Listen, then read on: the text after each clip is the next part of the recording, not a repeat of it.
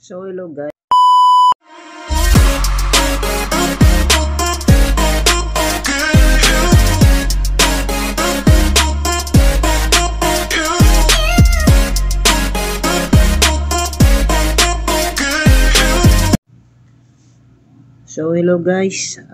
Welcome back again sa aking channel. So ako nga pala to, si Alden Bacani, ang JL.Inaka-Vlog, the J Legends. So yun nga pala, isi-share ko lang about regarding sa merchandising. So sa akin naman, so this is my first time job. So dito alam naman no, Amerika kasi to doon. Before kasi 'di ba sa Pilipinas tayo nagtatrabaho, ang tawag natin sa mga nagre-refill is merchandiser, no? And then sa pagka nagre-refill ka, naglalagay ka na ng produkto sa shelves mo, is tawag doon is yung pagre-refill, no? So kasama na doon yung pagpa-PIPO at PEPO, no? So reminders, PIPO and PEPO. Pag sinabing PIPO is first in, first out. Pag PEPO is first expired, first out. Diyan sa Pilipinas, no? So, ganun meron naman din siguro dito. So, hindi ako na-remind na ganun, pero syempre ako yung nag-a-adjust kasi baguhan ako dito, no? So, ang tawag dito, pag nagre-refill ka dito, ang tawag nila dito is stocking. Stock. Nagre-refill ka, ibig sabihin, nag-i-stocking ka na nun, no? So, ang tawag sa akin dito, kundi, sa iba kasi, sa ibang store is associate, no? So, meron tayong tinatawag din na PT. Pag tinawag na PT is ibig sabihin yung is part-time lang sila rito. Okay? Meron din tayong tinatawag na FT pag dito sa Amerika is full-time. So, full-time, meron dito talagang katulad ng duty sa Pilipinas ng 9 hours kasi syempre yung 9 hours na yun kasi yung 1 hour break natin doon is hindi talaga na nababayaran. So, meron din dito nun. Pero kasi meron din dito kasi is bayad yung 8 oras mo.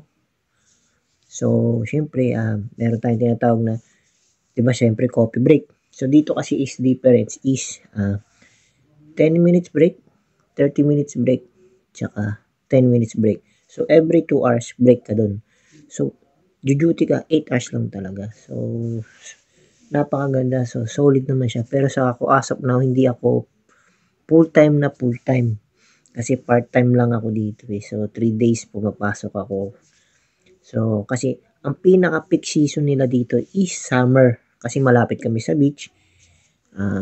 Hindi katulad sa Pilipinas. Ang peak season natin dyan is, diba, is December, no?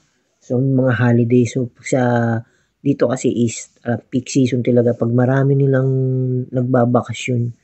So, bakasyon lang. So, yun lang. Yun yung magiging share ko, no?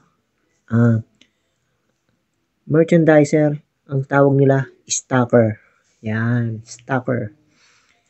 So, sa merchandising dito, yun. So, pag nagre-refill ka sa Pilipinas, ang tawag dito ay stocking.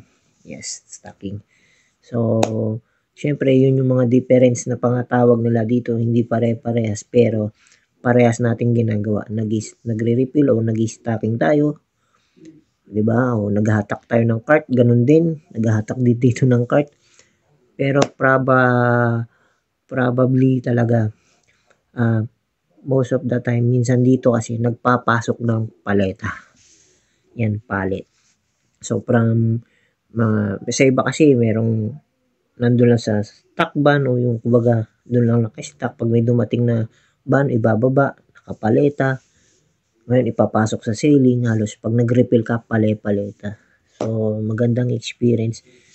So, iba-iba yung gawa. Pag stocking ka lang. No? Sa iba din naman din, ganun din. Pagkaiba, pag bagger ka lang din. Then sa iba naman din, pagka-cashier ka, syempre cashier ka lang talaga, no? Pero yung difference dito kasi ultimo matanda talagang may trabaho pa rin as long as kaya mo mag-trabaho, no? So, kasama ko puro parang may mga edad na rin eh. So, ganun talaga. ang buhay. Kaya share ko lang. So yun nga, ang merchandiser dyan, stocker dito o associate. O, pag nagre-refill ka, ang tawag naman ay stocking. Yun lang. So yun lang, share ko lang. So thank you guys pakikinig, and then salamat, and then pa-like and subscribe na din po sa aking channel, no, para sa susunod makasabay naman tayo sa darating din na video natin, no. So my name is Alden, Angel.Inaka Vlog, J. Aldens. Peace out.